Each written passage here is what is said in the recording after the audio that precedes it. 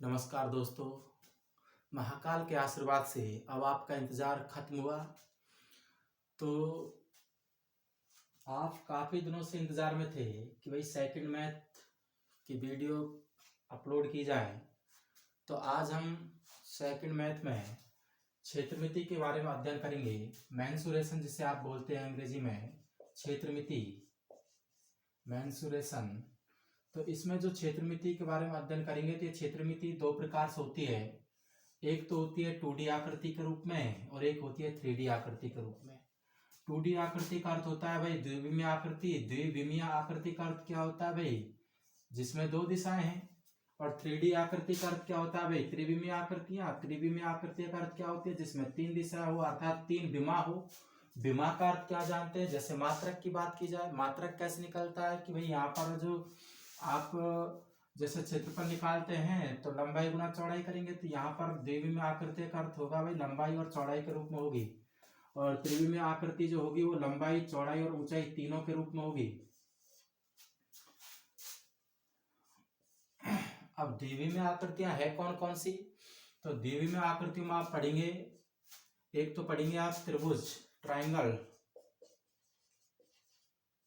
एक तो आप पढ़ेंगे त्रिभुज, एक आप पढ़ेंगे चतुर्भुज, एक आप पढ़ेंगे वृत्त, और एक आप पढ़ेंगे भाई इसमें समबाहुभुज। और समबाहुभुज में भी समषटभुज, समबाहुभुज यानी समषटभुज पढ़ेंगे इसमें, समषटभुज। हाँ भाई, त्रिभुज कौन कौन से पढ़ने हैं, एक तो आपको पढ़ना है विषमबाहु त्रिभुज, विषमबाहु त्रिभुज। एक आपको पढ़ना है समद्विबाहु त्रिभुज, समद्विबाहु त्रिभुज पढ़ना बेटा। एक आपको पढ़ना है समबाहु त्रिभुज, समबाहु त्रिभुज। उसके बाद चतुर्भुज में आप जब जाएंगे तो चतुर्भुज में आपका होता है भाई समांतर चतुर्भुज।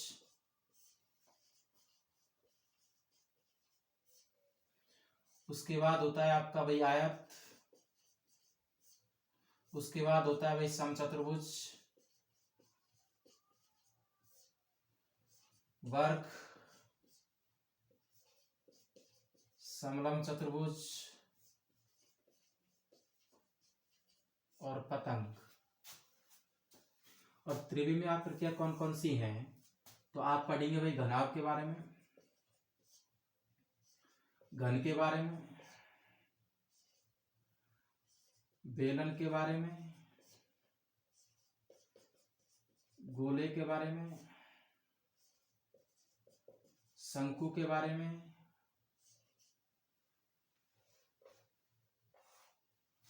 और शंकु का चिन्हक, प्रिज्म, पिरामिड और समचतुष्फलक, समचतुष्फलक, समचतुष्फलक। तो इनके बारे में अध्ययन करेंगे। हाँ भाई, घनाभ, घन, बेलन, गोला, शंकु, प्रिज्म, पिरामिड, समचतुष्फलक, इनके बारे में अध्ययन करेंगे। 3D आकृतियां हैं, तीन दिशाएं होती हैं। 3D आकृतियों का अर्थ क्या होता है भाई, जहाँ में लंबाई भी होगी, चौड़ाई भी होगी और ऊंचाई भी होगी। जैसे मैं कहूँ कि ये बोर्ड है, ये द्विविमीय आकृतियां, इसमें सिर्फ दो दिशाएं, आपको मोटाई नहीं दिखती है। आप सामने से देखेंगे आपको लंबाई दिखेगी, चौड़ाई दिखेगी, लेकिन जैसे मैं सामने खड़ा हूँ, मैं आपको दिख रहा हूँ, तो यहाँ पर लंबाई भी दिख रही है, चौड़ाई भी दिख रही है और ये मोटाई भी दिख रही है, उभरा हुआ भाग भी दिख रहा है कि नहीं। तो ये आपका क्या हो गया, ये एक तरह से होगी 3D आकृति और ये हो गई 2D आकृति, ठीक है कि नहीं। इसके बाद हमें तीन बातों पर ध्यान देना है। देखो, हम इसमें जो 2D आकृतियां हैं पहले उनका अध्ययन करेंगे, और उनका अध्ययन करेंगे तो पहले आप त्रिभुज से स्टार्ट करेंगे, फिर चतुर्भुज, फिर वृत्त, और फिर समषटभुज, और फिर इन सभी का मिश्रण। लेकिन उससे पहले कुछ तीन बेसिक पॉइंट हैं, उनके बारे में अध्ययन करने जा रहे हैं, पहले उनका अध्ययन करना है। और तीन बेसिक बातें कौन कौन सी हैं, एक तो आपने पढ़ा होगा भाई परिमाप, भाई परिमाप क्या होता है। दूसरा क्षेत्रफल, दूसरे क्या है क्षेत्रफल, हाँ भाई, दूसरा होता है आपका क्षेत्रफल और तीसरा होता है आपका आयतन। तो इन तीन के बारे में बात करेंगे। एक तो आपका होता है बेटा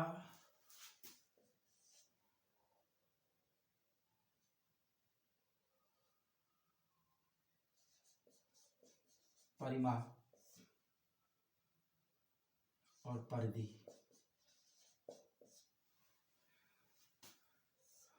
परिमाप और परिधि, जो ये परिधि होती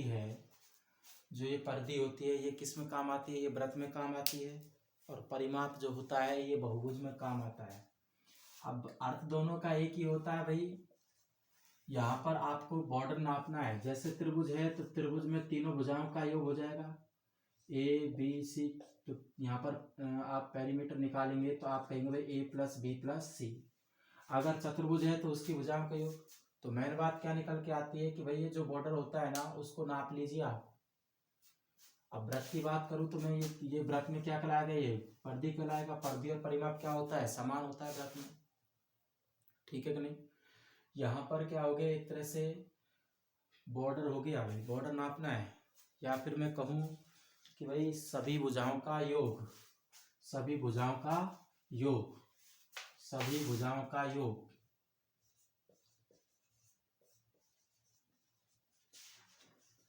सभी भुजाओं का योग। या फिर इकाई के आधार पर देखेंगे, इकाई यानी विमा, इकाई विमा जिसे आप मात्रक भी कहते हैं, इसके आधार पर देखेंगे तो इसमें जो विमा आएगी वो आएगी सेंटीमीटर, मीटर या किलोमीटर। जिसके पीछे सेंटीमीटर, मीटर या किलोमीटर है तो वहां पर भुजाओं का योग है। और वहां क्या काम आया है? परिमाप या परिधि काम आई है। ठीक है कि नहीं? उसके बाद दूसरी बात आती है भाई क्षेत्रफल की बेटा। क्षेत्रफल क्या होता है? ये घिरा हुआ क्षेत्र होता है। घिरा हुआ क्षेत्र, घिरा हुआ क्षेत्र लंबाई और चौड़ाई के रूप में, लंबाई और चौड़ाई के रूप में घिरा हुआ क्षेत्र है। तो इसकी जो अगर हम इकाई या मात्रक के हिसाब से देखें, इकाई या विमा के हिसाब से देखें, वो क्या होगा भाई? सेंटीमीटर या मीटर स्क्वायर या किलोमीटर स्क्वायर, स्क्वायर के रूप में होगा। कैसे होगा? तो मैंने आपसे कहा था जो क्षेत्रफल होता है वो लंबाई इंटू चौड़ाई के रूप में होगा। अगर मैं एक आयत की लंबाई 3 सेंटीमीटर और चौड़ाई 4 सेंटीमीटर लेता हूं तो अगर मैं इसका क्षेत्रफल निकालूंगा तो मल्टीप्लाई करूंगा लंबाई इंटू चौड़ाई। 3 चौके 12 सेंटीमीटर इंटू सेंटीमीटर करता हूं तो क्या आ जाता है? सेंटीमीटर स्क्वायर आ जाता है।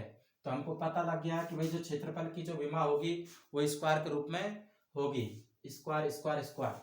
लेकिन परिमाप या परिधि की विमा होगी वो सेंटीमीटर या मीटर या किलोमीटर के रूप में होगी। ठीक है कि नहीं? उसके बाद बात आती है आयतन। आयतन भी घिरा हुआ क्षेत्र होता है, घिरा हुआ क्षेत्र होता है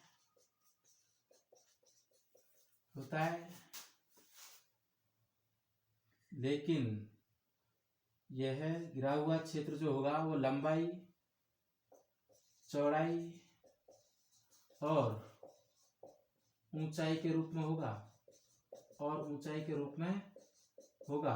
बात समझ में आ रही है कि नहीं? कि यहाँ पर जो घिरा हुआ क्षेत्र होगा वो लंबाई और चौड़ाई और ऊंचाई के रूप में होगा। कैसे? कि जैसे आप जो किसी भी बर्तन में आप पानी भरो तो वो पूरे क्षेत्र में फैलेगा और ऊंचाई में भी आएगा। तो 3 दिशाएं हो गई कि नहीं? 3 दिशाएं हो गई। तो यहाँ पर मैं जो आयतन होता है इसको क्या बोल सकता हूँ भाई? इसको धारिता बोल सकता हूँ। इसको आप जो धारिता बोल सकते हैं, इसको आप क्या बोल सकते हो? और क्षमता बोल सकते हैं। तो क्षमता तो ये हो ही गई कि कितनी क्षमता है, उसमें कितना पानी आ सकता है, तो इसे आप धारिता भी बोलते हैं। तो धारिता से पता लग जाएगा आपको। या फिर आप इकाई या विमा से देखना चाहेंगे, इकाई या विमा से देखना चाहेंगे तो यहाँ इकाई या विमा क्या होगी? सेंटीमीटर क्यूब होगी, मीटर क्यूब होगी, किलोमीटर क्यूब होगी। ठीक है कि नहीं? सबसे महत्वपूर्ण बात क्या है बेटा? ये महत्वपूर्ण बातें हैं, ये हमको याद रखनी है। सवाल बहुत आसान होने वाले हैं।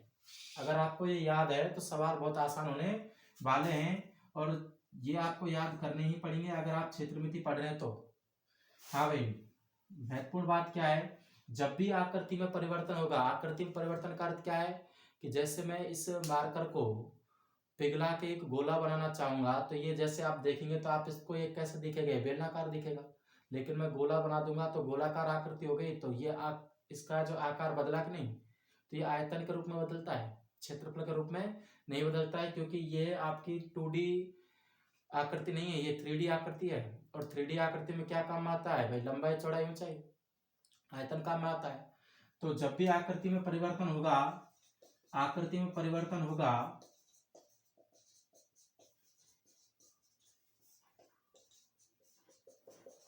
तो हमेशा आयतन काम में लेते हैं, तो हमेशा आयतन काम में लेते हैं, हमेशा आयतन काम में लेना है। उसके बाद एक बात और बताना चाहेंगे कि जैसे आपसे यहाँ सेंटीमीटर, मीटर, किलोमीटर, इनमें संबंध देखा जाए तो क्या होता है, तो ये मीटर बीच में है, ये मीटर बीच में है, तो आपके इधर सेंटीमीटर है, इधर किलोमीटर है, लेकिन मीटर के तुरंत बाद किलोमीटर नहीं होता है, मीटर के तुरंत बाद किलोमीटर नहीं होता है। यहाँ संबंध क्या होता है भाई, बीच में मीटर है, तो यहाँ पर आपका आएगा डेकामीटर, यहाँ पर आएगा आपका डेसीमीटर, उसके बाद यहाँ आएगा हेक्टोमीटर, यहाँ पर आपका आएगा भाई सेंटीमीटर, यहाँ आपका आएगा किलोमीटर, और यहाँ आपका आएगा भाई मिलीमीटर। इनमें जो संबंध होता है वो 10 का होता है। अगर मैं इसमें 10 का गुणा कर दूंगा तो सेंटीमीटर आ जाएगा, अगर इसमें मैं 10 का गुणा कर दूंगा तो डेसीमीटर आ जाएगा, इसमें अगर मैं 10 का गुणा कर दूंगा तो मीटर आ जाएगा, अगर मीटर में मैं 10 का गुणा कर दूंगा तो डेकामीटर आ जाएगा, डेकामीटर आ जाएगा भाई, गुणा 10 करता हूं तो। अगर मैं डेकामीटर में 10 का गुणा कर देता हूं तो हेक्टोमीटर आ जाएगा, और अगर हेक्टोमीटर में 10 का गुणा कर देता हूं तो किलोमीटर आ जाएगा। अगर आपसे ये पूछा जाए कि भाई कितने सेंटीमीटर में 1 किलोमीटर होता है, तो आप कहेंगे भाई यहां से लेके यहां तक जाना है, तो आपके पास 10 कितने काम आ रहे हैं, 5, तो 1 के पीछे 5 जीरो आ रहे हैं, इसका मतलब क्या हुआ, 1 लाख, मतलब 1 लाख सेंटीमीटर में 1 किलोमीटर होते हैं। और 1000, देखो मीटर को मैं किलोमीटर में बदलूंगा, ध्यान से देखो यहाँ पर खूब दिख रहा है, 1 2 3, 3 10 10 काम आ रहे हैं, यानी 1000 हो गया। तो 1000 मीटर में कितने होते हैं भाई, 1 किलोमीटर होते हैं। बात समझ में आ रही नहीं, 10 मिलीमीटर में 1 सेंटीमीटर होता है, 10 सेंटीमीटर में 1 डेसीमीटर होता है, 10 डेसीमीटर में 1 मीटर होता है, 10 मीटर में 1 डेकामीटर होता है, और 10 डेकामीटर में 1 हेक्टोमीटर होता है, और 10 हेक्टोमीटर में 1 किलोमीटर होता है। आज बस हम इतना ही अध्ययन करेंगे। जय हिंद, जय भारत।